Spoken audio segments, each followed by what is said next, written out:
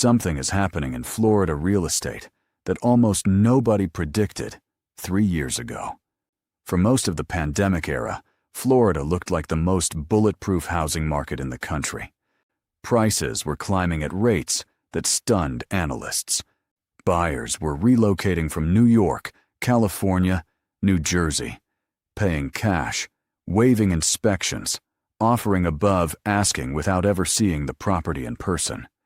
In some markets, homes were receiving 10, 15, 20 offers within 48 hours of listing. The demand felt structural, permanent, like Florida had simply become the place everyone wanted to be, and prices would reflect that reality indefinitely. That narrative is now breaking down, and it's breaking down faster than most sellers, investors, and even local economists expected. Across multiple Florida cities right now, listings are rising sharply. Price reductions are spreading through neighborhoods that haven't seen a single cut in years. Homes that would have sold in a weekend during 2021 and 2022 are sitting on the market for 30, 60, 90 days. And the data is becoming increasingly difficult to explain away as seasonal noise or temporary softness. What we're looking at is a genuine correction. And today we're going to walk through 10 Florida cities where it's hitting hardest, ranked by severity, starting with markets showing early pressure and building toward the places where the numbers are most alarming. But before we get to the cities, we need to understand the forces driving this. Because this isn't random. There are 3 macro factors reshaping Florida housing right now, and once you understand them, everything that follows makes complete sense. The first force is mortgage rates. During the pandemic boom, buyers were locking in loans at around 3%. Today, the same mortgage comes closer to 7% or higher. That difference sounds modest until you run the numbers. On a $400,000 home, the monthly payment at 3% is roughly $1,700. At 7%, that same loan costs over $2,600 per month. That's nearly $1,000 more every single month on the same house with the same price tag. For a large portion of the buyer pool, that math simply doesn't work anymore. Demand hasn't disappeared, but it has contracted sharply, and contracted demand puts downward pressure on prices. The second force is Florida's insurance crisis, and this one is genuinely unique to this state. Home insurance premiums across Florida have exploded. In coastal areas especially, annual premiums that were once $3,000 or $4,000 have climbed to $8,000, $10,000, even $15,000 per year. Several major insurers have pulled out of the Florida market entirely, leaving homeowners with fewer options and dramatically higher costs. When you add insurance costs to the mortgage payment, a home that looks affordable on a listing sheet becomes significantly more expensive in reality. And that calculation is pushing buyers out of price ranges they thought they could afford. The third force is inventory. During the boom years, supply was extraordinarily tight. Buyers competed for a shrinking pool of available homes. Now that dynamic has reversed. Listings are surging across the state as sellers who bought at lower prices look to lock in gains, as investors exit positions they're no longer confident in, and as new construction completions add supply to markets that are simultaneously seeing demand fall. In several Florida cities, active listings are up 50, 60, 70% compared to the same period last year. More supply meeting less demand is the most basic recipe for falling prices that exists in economics. With that context in place, let's get into the cities. Starting at number 10, Lakeland. Lakeland had a genuine moment during the migration surge. Positioned between Tampa and Orlando, it offered something that both of those cities were quickly losing: relative affordability. Buyers priced out of the larger metros looked east and found Lakeland, and the attention pushed prices significantly higher over a short period of time. The problem is that affordability-driven demand is particularly sensitive to interest rate increases.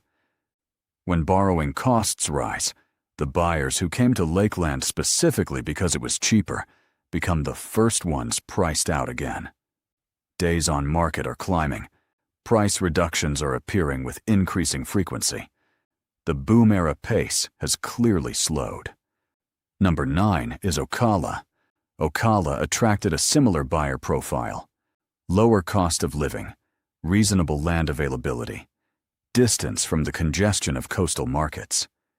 But Ocala's economy is more limited than Florida's larger metros, which means the local buyer pool is more constrained.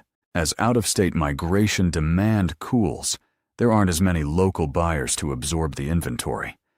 Listings are piling up. The sales pace has dropped noticeably, and sellers who priced to the peak are increasingly finding that the market won't meet them there. Moving to number 8, Jacksonville. Jacksonville often gets described as Florida's most stable large housing market, and historically, that reputation has been earned.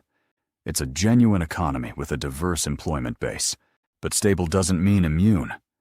Rising inventory, higher borrowing costs, and the insurance premium increases that affect all of Florida are beginning to slow the Jacksonville market meaningfully. Sellers who expected the same rapid offer activity they saw in 2021 are waiting longer and accepting less. The correction here is more gradual than some of the harder-hit markets, but the direction is clear. Number 7, Port St. Lucie. Port St. Lucie grew explosively during the migration wave. Buyers from New York and New Jersey in particular flooded into this market, attracted by the price differential and the coastal proximity. That demand pushed prices well above historical norms relative to local incomes. Now that the migration wave has moderated and interest rates have made those purchases less compelling, the market is recalibrating. Inventory has risen substantially. Price reductions are visible across the market.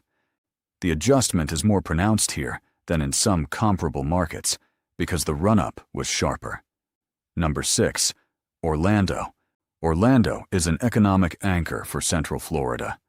Tourism, technology, healthcare, and ongoing infrastructure investment give it a fundamentally stronger foundation than smaller markets. But even anchored economies experience housing cycles, and Orlando is clearly in a corrective phase right now. The pandemic surge pushed prices to levels that outpaced local income growth. Higher rates have made those price levels difficult to sustain. Homes are sitting longer. Sellers are cutting. The velocity that defined the Orlando market during the boom years has noticeably faded. That brings us to the midpoint, and it's worth pausing here to note something. None of these corrections are happening in isolation. They are all expressions of the same underlying dynamic, a market that ran significantly ahead of economic fundamentals during an extraordinary period of stimulus, low rates, and migration, and is now normalizing. The cities that follow on this list are those where the normalization is most acute. Number 5, Fort Myers. Fort Myers entered the pandemic boom from a position of relative affordability, and that affordability attracted both end buyers and investors in large numbers. The investor activity in particular drove rapid price appreciation. The problem with investor-heavy markets is that when sentiment shifts, the exit can be fast. Investors who are tracking returns don't have the emotional attachment to a property that owner-occupants do. When the math stops working, they list. And Fort Myers is now seeing that dynamic play out in its inventory numbers. Supply has surged. Sellers are competing on price. The market has moved firmly in buyers' favor. Number 4, Tampa. Tampa was one of the defining stories of the pandemic real estate boom.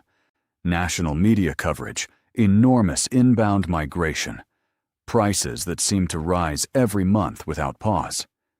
But the same visibility that made Tampa famous as a boom market is now making its correction equally visible.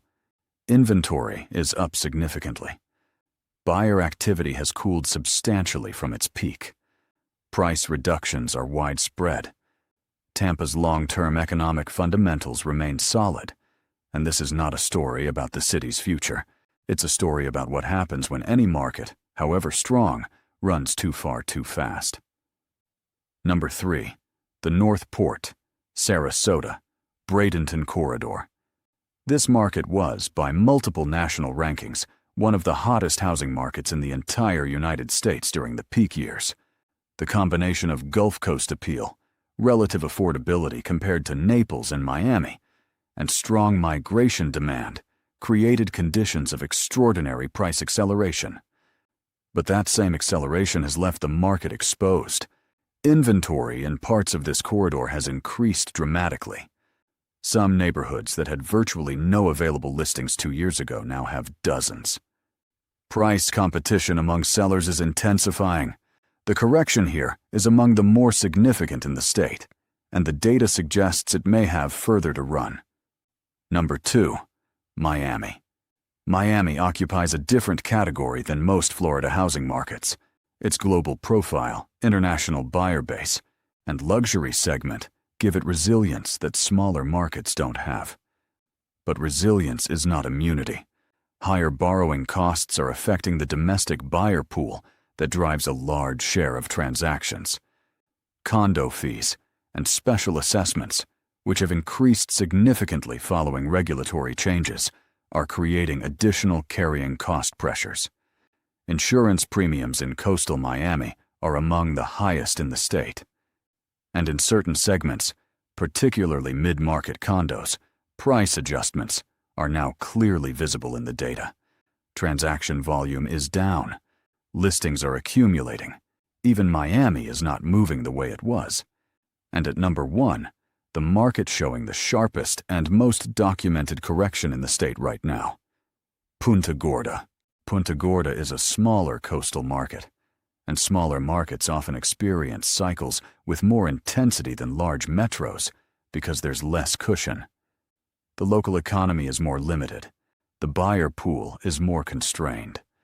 And when a market like this is flooded with investment activity and migration demand during a boom, prices can move dramatically above any realistic local equilibrium. That's what happened here. And the reversal has been correspondingly sharp. Inventory has surged. Prices have been cut repeatedly across large portions of the market.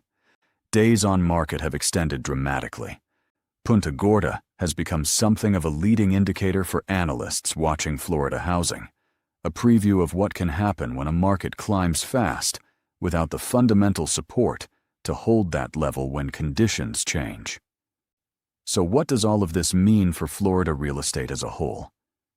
The first thing worth saying is that correction is not collapse. Florida's long-term appeal is real. The demographic trends that brought people here haven't reversed.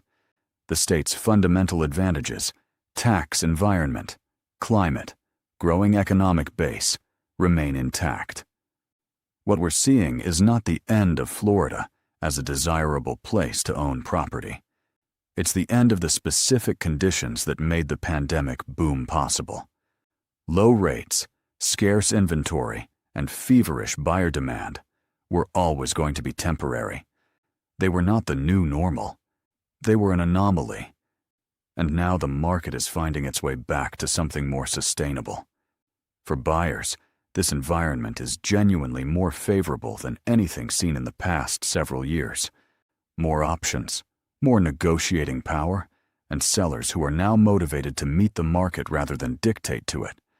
For sellers and current owners, the message is simply that patience and realistic pricing are more important now than they've been in a long time. The market that allowed any property to sell quickly at peak price, regardless of condition, is gone, at least for now. And for investors watching from the outside, this is exactly the moment that historically rewards careful analysis and disciplined positioning. Markets that correct create opportunities, but only for people who understand what they're buying, why prices fell, and what it would actually take for them to recover. The data is telling a clear story across these 10 cities. The question is whether you're listening to it.